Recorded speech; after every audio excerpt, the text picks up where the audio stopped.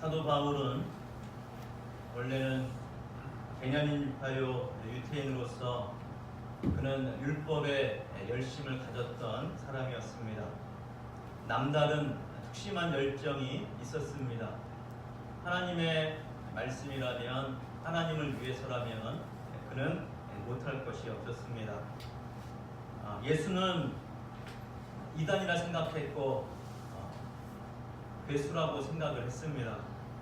그래서 예수 믿는 자들을 잡아 죽이고 또 옥에 가두고 그들을 핍박하는데 제일 앞장섰던 사람이 바로 이 사도 바울이었습니다. 그러다가 다메섹으로 역시 예수 믿는 자들을 잡으려고 가던 차에 가는 도중에 하늘에부터 밝은 빛이 그를 내려 쬐었고 예수 그리스도를 그가 누구인지를 그 사건을 통해서 그는 분명히 알게 되었습니다. 예수가 바로 구약의 수많은 선지자들이 예언했고 말했던 바로 그 메시아라는 것을 그는 분명하게 깨닫게 되었습니다. 그 이후로 그의 삶은 완전히 바뀌게 됩니다. 예수 믿는 자를 핍박하던 그의 삶이 오히려 이제 거꾸로 예수님 때문에 핍박을 받는 그러한 삶으로 그의 삶이 바뀝니다.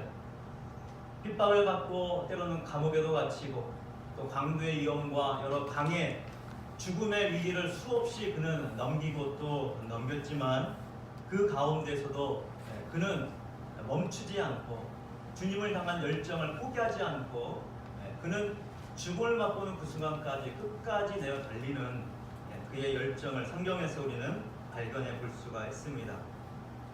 감옥에 갔을 때도 그는 말씀 전하는 것을 멈추지 않았고 하나님과 함께하는 그 삶이 얼마나 기쁘고 행복한 것인가를 많은 이들에게 보여주며 살았습니다. 예수를 전하는 과정 가운데 많은 어려움들이 있었습니다. 교회를 세우고 또 교회가 성장하는 과정 가운데도 수많은 어려움들이 있었습니다. 어느 것 하나 쉬운 일이 없었습니다. 복음을 전하는 것 하나 쉽지 않았고 복음을 받은 사람들이 공동체를 이루고 또 공동체 안에서 교회로 세워지고 그 모든 과정 하나하나가 모든 단계마다 어려움과 많은 고초와 많은 힘든 일들을 사도 바울은 뼈저리게 경험을 하였습니다. 가는 곳마다 유대인들의 거부와 그리고 핍박에 따랐고 그는 그럼에도 불구하고 도망치면서도 그는 포기하지 않고 새로운 곳에 가서 여전히 주의 말씀을 전하며 주의 복음을 그들은 날마다 전했습니다. 사도 바울이 아덴을 떠나서 이제 고린도에 이르게 되었는데 처음 만나는 자들을 만났습니다. 그들은 유태인이었고 로마에서 온 자들이었습니다. 공교롭게도 직업이 같았습니다. 바로 천막을 만드는, 텐트를 만드는 그러한 직업이었습니다. 같이 하나님을 믿고 또 예수를 믿는 섬기는 자들이었습니다. 로마서의 갈등을 전에 한번 얘기한 적이 있습니다. 로마에서 이 글라우디오 황제 때 유대인들을 다 로마에서 나가라고 명령을 내렸습니다. 바로 지금 이때죠. 그래서 유태인들 지도자들은 로마에 남아있을 수 없이 헬라파 또 로마인들만이 그 로마에 남아있게 되었습니다. 그 과정에서 이제 나중에 다시 이제 유태인들도 로마에 들어올 수 있는 그런 기회가 생겼는데 그때 이제 새로운 자들과 바로 유대인과 헬라인의 갈등이 빚어지게 되었던 것이죠. 바로 이 아굴라와 그리고 브리스길라도 유태인 지도자 가운데 한 명들이었던 것 같습니다. 이 부부는 신실한 자들이었고 하나님 앞에 충성된 자들이었고 또 말씀 앞에 그들은 함께 말씀의 일에 사도 바울과 함께 힘을 다하고 애를 쓰며 교회를 세우는데 진력을 다하였습니다. 평일에는 이들은 천막을 만드는 생업에 열심을 내었고 그리고 사도 바울은 안식일마다 회당에서 말씀을 강론하고 유대인들에게 말씀을 권면했습니다.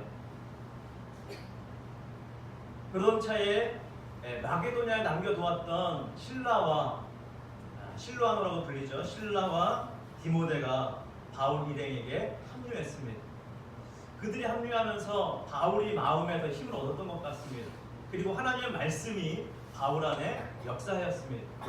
사도 바울이 말씀에 사로잡혀서 예수가 바로 메시아라는 것을, 예수가 바로 그리스도라는 것을 밝히 증언하기 시작하였습니다. 그러자 사도 바울의 강론을 들었던 유대인들이 지금과는 달리 예수에 대해서 증언하기 시작하자 그에 대해서 강력하게 거부하기 시작했습니다.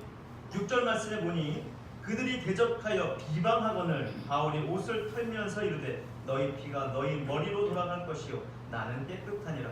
이후에 이방인에게로 가니라 하고,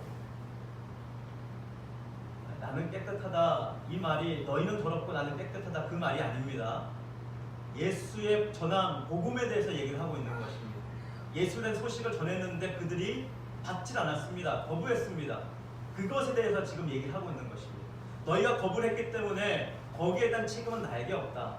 너희가 거부했으므로 너에게 책임이 있다. 깨끗하다는 말은 나에게 책임이 없다라고 말하는 것입니다. 너희가 예수를 거부했기 때문에 너희 죄한 모든 결과와 대가는 너희가 져야 될 그러한 몫이다라고 사도 바울이 얘기하는 것입니다. 거부하는 그들을 이제는 뒤로 하고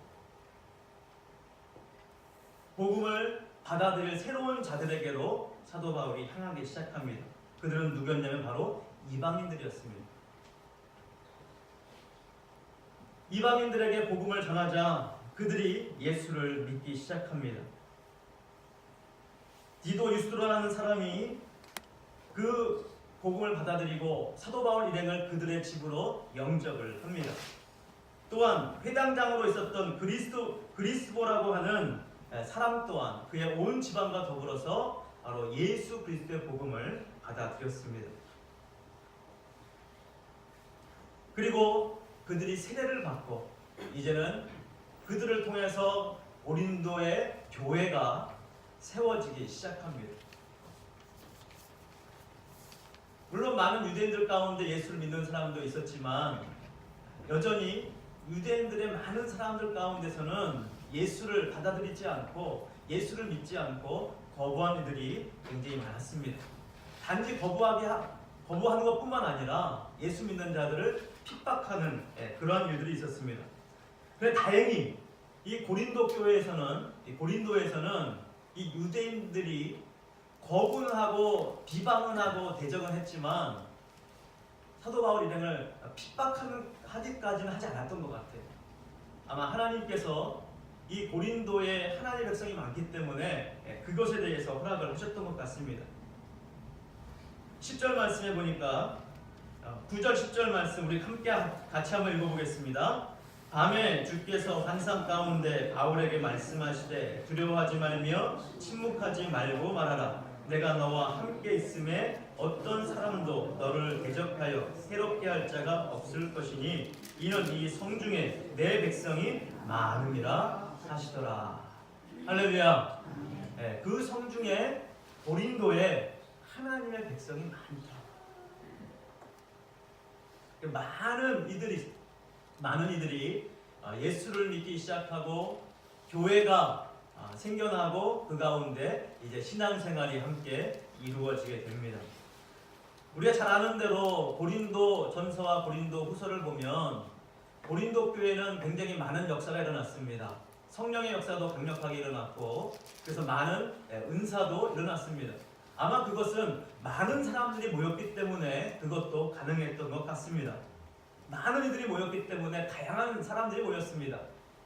다양한 계층의 사람들, 또 다양한 신분의 사람들, 다양한 성장 배경을 갖고 있는 사람들이 고린도 교회를 형성하기 시작했습니다. 그러면서 많은 문제도 일어났지요. 여러분, 교회가 문제가 있는 것이 정상입니까? 아니면 문제가 없어야 됩니까? 문제가 있는 것이 정상일까요? 아니면 문제가 없는 것이 정상일까요?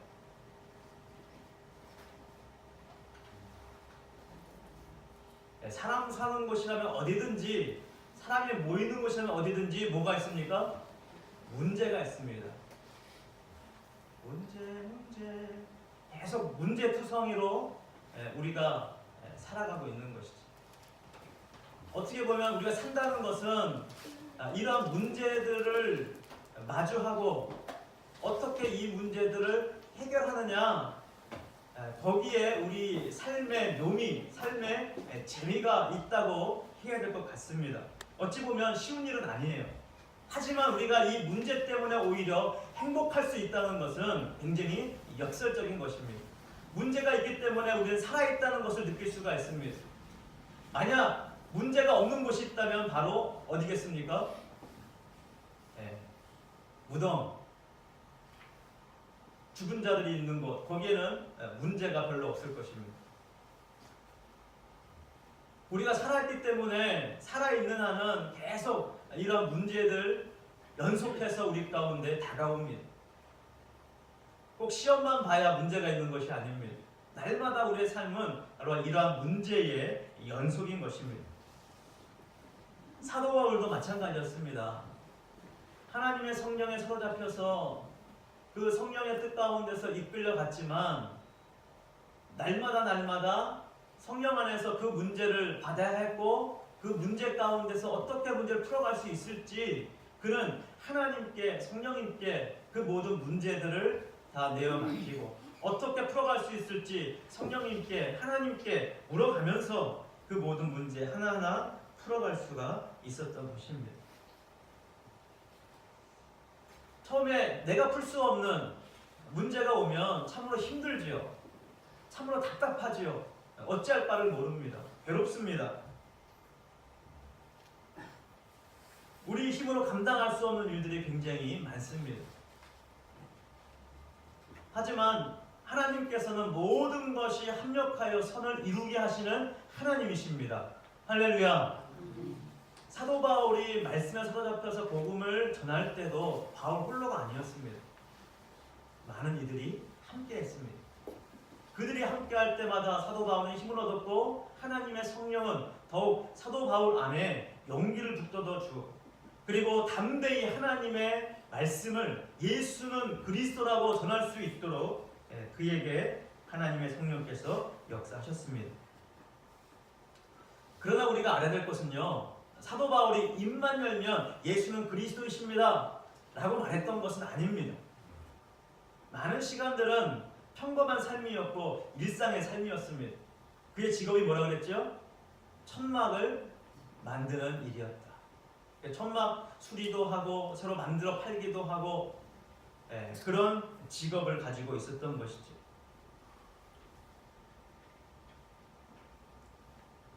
그래서 많은 처음에 텐트 메이킹 미션이라는 말이 선교사님들의 입을 통해서 나왔습니다. 근데 사실은 그게 새로 나온 말이 아니라 바로 이 사도 바울이 바로 천막을 만들면서 일을 하면서 생업에 종사하면서 주님의 복음을 전했던 그것을 가리켜서 텐트 메이킹 미션이다. 혹은 자비랑 선교다, 자비랑 전도다, 그렇게 말을 합니다. 그럼 얼마나 힘들었겠습니까? 일하는 것만도 사실은 벅찰 것일 텐데, 일하는 것만이 아니라 오히려 그 일을 하는 이유가 주님의 복음을 더욱 힘써 전하기 위해서, 그 주님의 복음을 훨씬 더 효과적으로 전하기 위해서 사도 바울이 그 일들을 행했다는 것입니다. 원래부터 이 일을 했던 것이 아니에요. 언제부터냐? 예수가 그리스도라는 것을 알기 시작할 때부터, 그리고 하나님께서, 예수님께서 그를 이방의 사도로 택하시고 그를 부를 때부터 그는 깨달았습니다. 그리고 복음을 전할 수 있는 그 길을 찾았습니다. 어떻게 하면 더 효과적으로 주님의 내가 부름받은 이 이방의 사도의 역할을 감당할 것인가? 그는 고민하고 또 고민했습니다. 하나님께서 지혜를 주시고 하나님께서 알려주시기를 바로 이 천막을 만드는 일을 통해서 그가 복음을 효과적으로 전할 수 있도록 하나님께서 역사하신 것입니다. 그리고 공교롭게도 또 함께 일할 천막을 같이 만들어서 할 수 있는 바로 이 브리스길라와 아굴라라는 신실한 부부도 함께 허락하시고 함께 만나게 하십니다.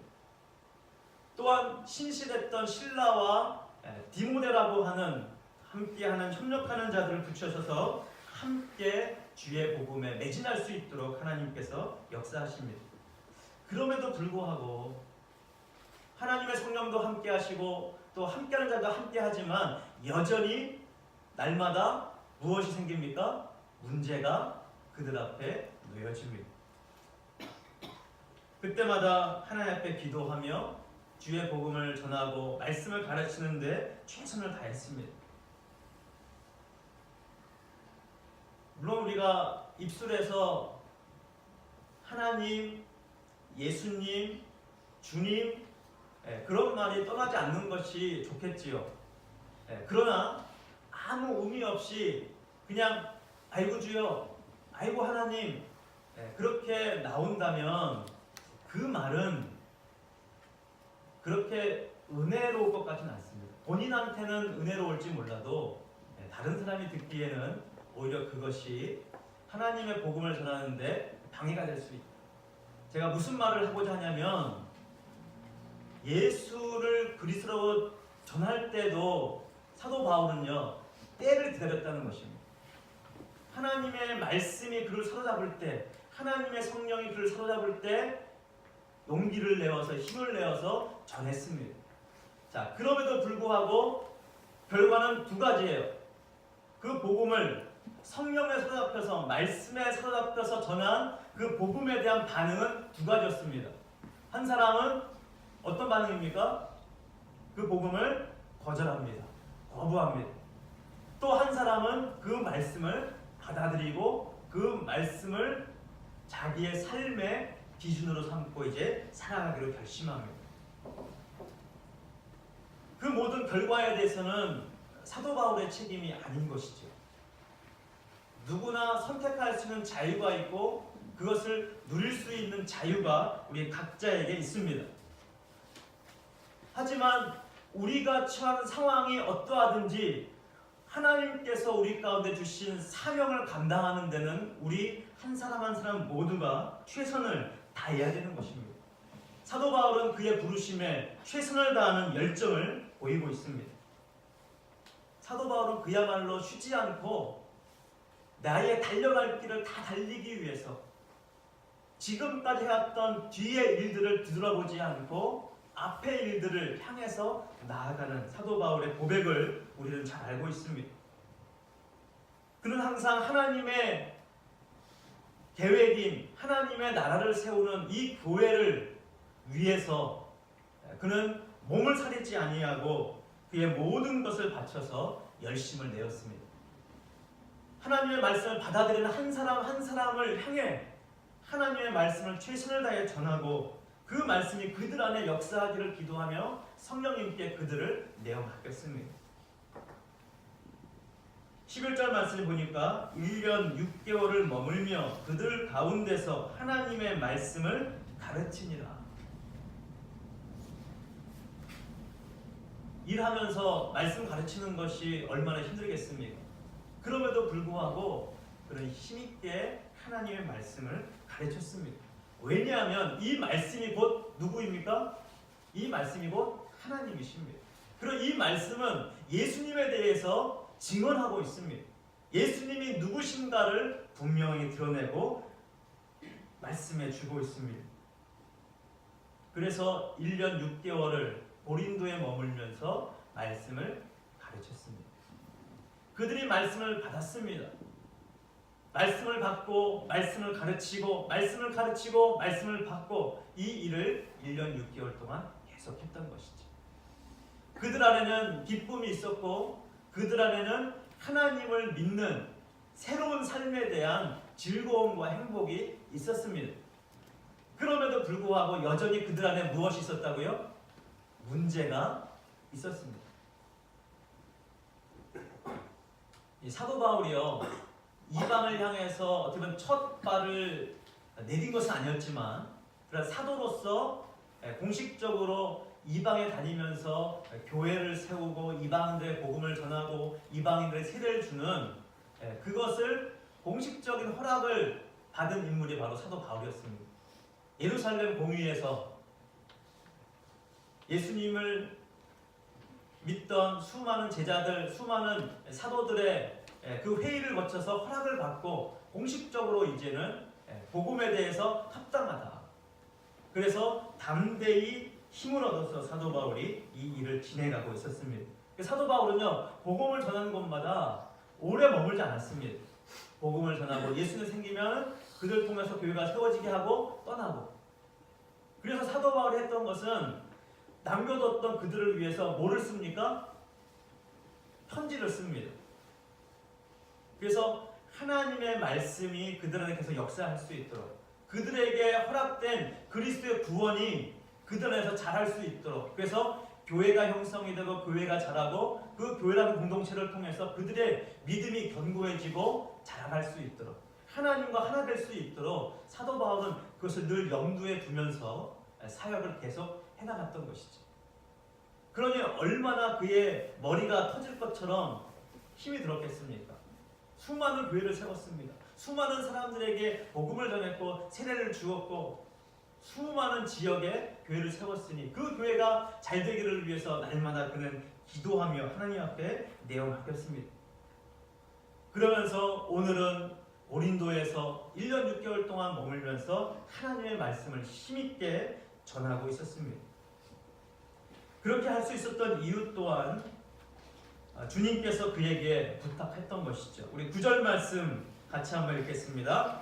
밤에 주께서 환상 가운데 바울에게 말씀하시되 두려워하지 말며 침묵하지 말고 말하라. 두려워하지 말고 침묵하지 말고 말하라. 이 성중에 내 백성이 많으니 두려워하지 말아라. 그 말씀을 들을 자들이 있다. 그 말씀을 받을 자들이 있다. 그러므로 침묵하지 말고 이제는 말해야 된다. 그 말을 듣고 수많은 사람들, 귀족이든지 천한 사람이든지 할 것 없이 많은 이들이 사도 바울이 전하는 그 예수 그리스도에 대한 복음을 듣고 받아들였습니다. 얼마나 감격스럽고 얼마나 기뻤겠습니까? 여러분, 이게 쉬운 일입니까? 이게 그냥 쉽게 되는 일입니까? 결코 쉽게 될 수 있는 일이 아닙니다. 그럼에도 불구하고 사도 바울도 많은 지역에서 복음을 전했지만 그 어떤 곳에서보다도 강력하게 하나님께서 역사하셨습니다. 수많은 사람들이 구름대처럼 모여들었습니다. 그러니까 갑자기 성장하다 보니까 더 문제가 생길 수밖에 없는 것이지요. 그들이 지금까지 살아왔던 삶의 어떤 죄악된 모습들이 여전히 남아있었습니다. 하나님을 믿고 예수님을 믿고 그들 안에 새로운 기쁨과 또 영적으로 태어나서 그들 안에 즐거움과 행복과 하나님을 알아가는 그 놀라운 일들이 그들 안에 있었지만 또한 그들 안에 문제 또한 점점 커져 갔던 것이지.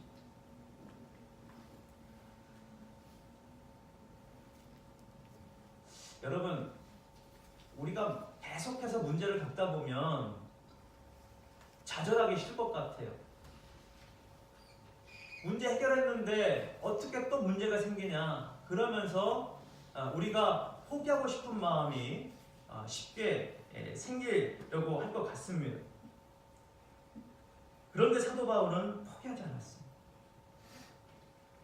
끝까지 오히려 그 열정이 더욱더 넘쳐나는 모습을 볼 수가 있습니다.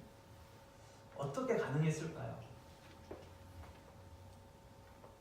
우리는 쉽게 그 열정이 식어버리는데 사도 바울은 어떻게 그 열정이 식지 않고 어떻게 계속 그 열정을 끓게 만들 수 있었을까요? 많은 힘든 일이 있었지만 사도 바울은 그 일들을 감당하는데 최선을 다했습니다. 그리고 사도 바울 또한 계속해서 성장해 갔습니다.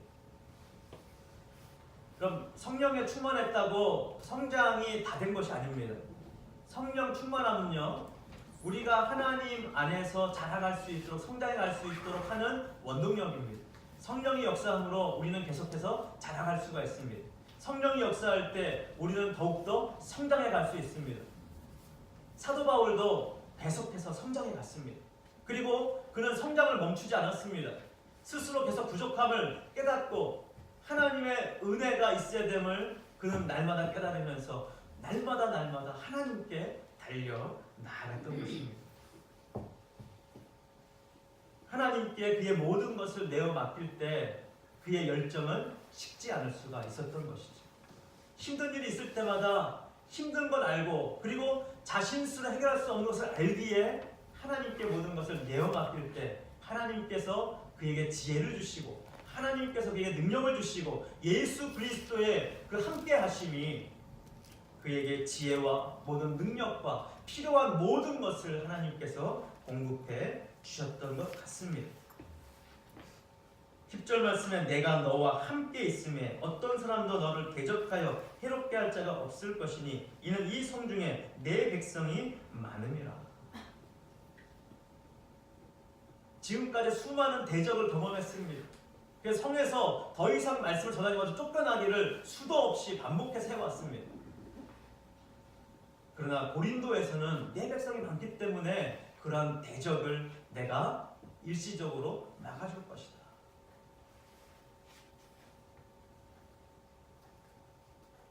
이런 핍박의 대적이 없다 보니까 오히려 교회 안에서의 문제가 사도 바울을 대적하는 일들이 일어났던 것이지요. 사도 바울도 지치지 않겠습니까? 기껏 1년 반 동안 열심히 뼈 빠지게 일하면서 말씀을 가르쳤는데도 불구하고 나중에 거짓 교사들이 들어와서 이들에게 잘못된 말씀을 가르치니까 그것을 믿고 사도 바울을 또 이상한 사람처럼 그렇게 비난하고 비방하는 사람들이 생기기 시작했습니다. 그러니까 고린도 전서, 고린도 후서 뿐만 아니라 사도 바울이 고린도에 여러 번 편지를 썼다고 알고 있어요. 성경에는 고린도 전서 후서만 두 개의 편지만 남아있지만 사도 바울의 기록을 볼 때 최소한 4개의 편지를 썼습니다.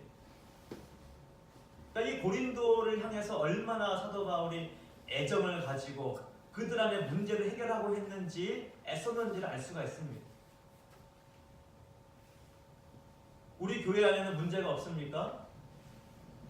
우리 안에 문제가 없습니까? 우리는 완벽하지 않습니다. 서로가 문제를 다 가지고 있고 그 문제와 문제들은 계속해서 우리 안에 충돌될 수 있는 여지를 계속 안고 있습니다. 그러니까 교회 안에 문제가 있다는 것을 우리가 감추려고 하면 안 됩니다. 문제가 있습니다. 문제가 있다는 것을 우리는 인정을 해야 됩니다. 인정하면서 그러면 우리가 이 문제들을 어떻게 해결할 것인가 하나님 안에서 지혜를 모아야 됩니다. 그 지혜는 하나님의 말씀에 있습니다. 말씀을 배웠지만 여전히 문제가 있습니다. 그러면 말씀 가르쳐도 소용없네. 말씀 배워도 소용이 없네. 말씀 배웠지만 계속 문제가 일어나잖아. 아니에요. 문제는요, 우리의 성장을 위한 원동력이에요. 하나님이 문제를 허락하실 때 내가 풀 수 있을 만한 문제를 주십니다. 할렐루야. 그 문제들은요, 나를 성장케 하기 위한 하나님이 허락하신 것들입니다. 교회 안에 문제가 있다는 것은 그 문제를 통해서 그 교회를 성장시키고 성숙하게 하실 하나님의 계획이 있다는 것입니다. 그런 문제를 보면서 우리가 너무 심각하게 생각할 필요가 없는 것입니다. 문제 있어. 이거 어떡하지? 뭘 어떡합니까? 내가 아무리 고민해봤자 내 고민으로 내 머리는 해결할 수가 없습니다. 그러나 그 모든 문제를 허락하신 것이 하나님이시고 또 하나님께 그 문제가 있음을 내어 맡기고 하나님, 우리 안에 이런 문제가 존재합니다. 이거 어떻게 해야 됩니까? 말씀해 주십시오. 지혜를 주십시오. 그 문제를 해결하기를 원합니다. 그리고 하나님께 내어 맡기고 하나님의 뜻을 따라 우리의 발걸음을 내딛기 시작할 때 그 문제는 언제 있었냐는 듯이 그 문제는 해결되고 사라지게 될 것입니다. 비록 많은 대적이 있다 할지라도, 많은 문제가 있다 할지라도 그것 때문에 우리 고민하거나 그것 때문에 포기하지 않았으면 좋겠습니다. 많은 사람들은 그 문제가 있는 것 때문에, 반복되는 것 때문에 포기하려고 합니다. 좌절합니다. 낭망합니다. 실망합니다. 그러나 진정한 하나님의 사람들은, 성령의 사람이라면 하나님께서 말씀하십니다. 두려워하지 말라. 침묵하지 말라. 말하라. 상황에 따라 하나님께서 우리 가운데 포기하지 말아야 될 것을 말씀해 주십니다. 사도 바울도 이러한 말씀 얼마나 자주 하십니까? 낭망치 말고 하나님을 바라보면, 하나님의 때를 바라보면 때가 이르면 그 모든 것이 해결될 것이다. 그러므로 우리가 좌절하지 말고 낭망하지 말고 하나님을 바라봐야 될 것을 시편 기자들도 얼마나 많이 얘기하고 있습니다. 문제는 문제가 있다는 것이 문제가 아니라 그 문제를 보고 우리가 좌절하고 실망하는 것이 문제입니다.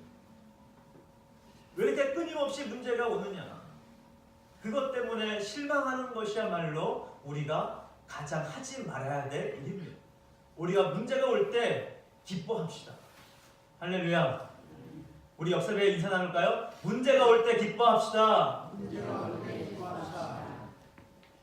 문제가 오면 힘들죠. 문제가 오면 답답하죠.